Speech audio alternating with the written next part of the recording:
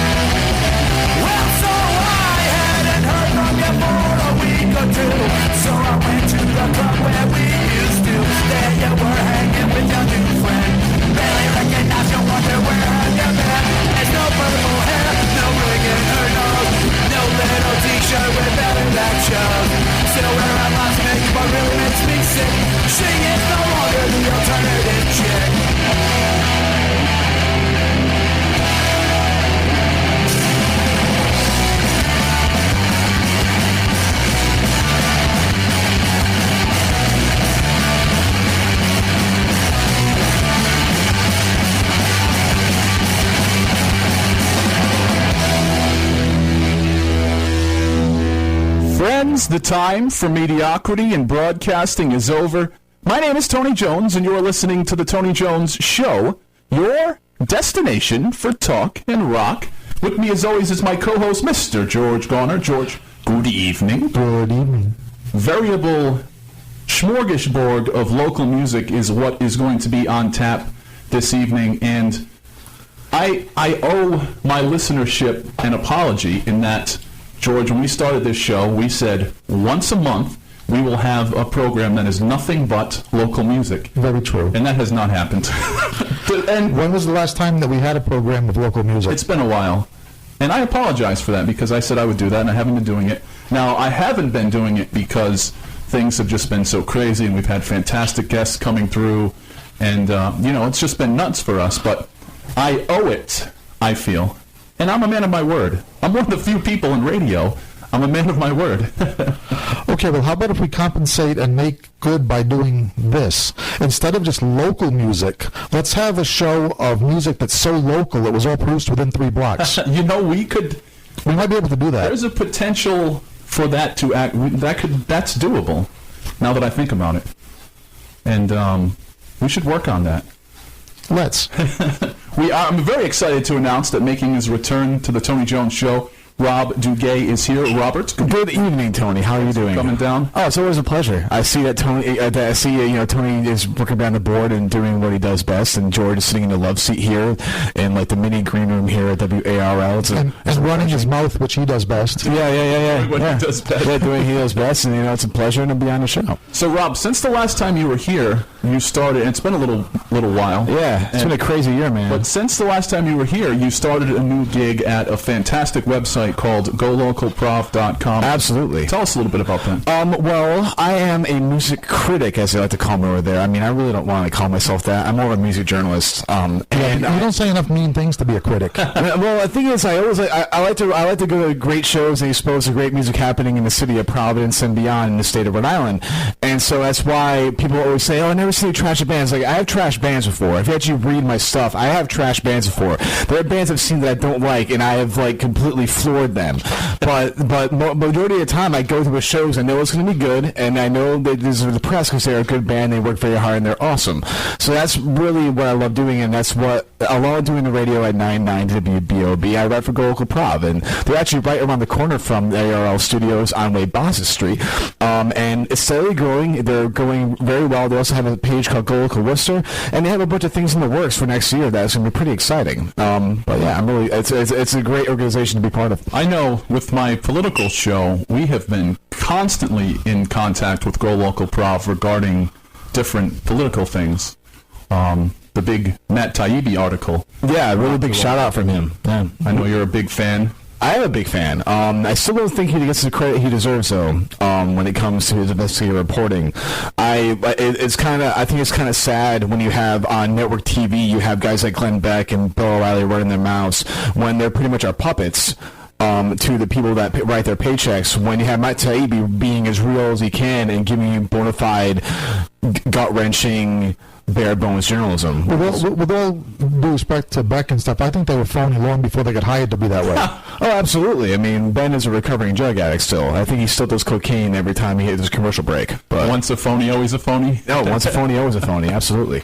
That's the interesting thing I've seen too, and I've been trying to explain to other people or younger people coming up, is that worry, and everybody in this room does it, everybody that we're associated does it, worry about your content first. And I promise you, at that point, paying gigs, freelance gigs, advertising revenue, underwriting revenue will come your way.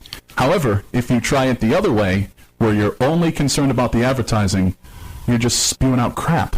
And it's getting painful. It's like McDonald's. It's getting painful out there. It's like, I mean, that's why, like, with corporate media, especially when I'm talking about Clear Channel and Cumulus and pretty much radio stations that have the same 30 songs on rotation, and their new music is 6 months old. And it's almost like they're trying to educate the listener that, like, the music out there today stinks, when it's the complete opposite. When pretty much you have the internet right in front of you, and you should just go look for it and look for what's happening behind either, across the country or right on your backyard, and you'll find some awesome tunes, and I know Tony's going to play some of those tonight. I hate to say it too, because I am a fan, I am a listener, I am a supporter, but on the political side of things, NPR has become like that, and people like to think that they're doing the world a favor by listening to NPR. Unfortunately, you're just listening to more. Well, they did do something like Miley Cyrus, like everybody else, or something like that.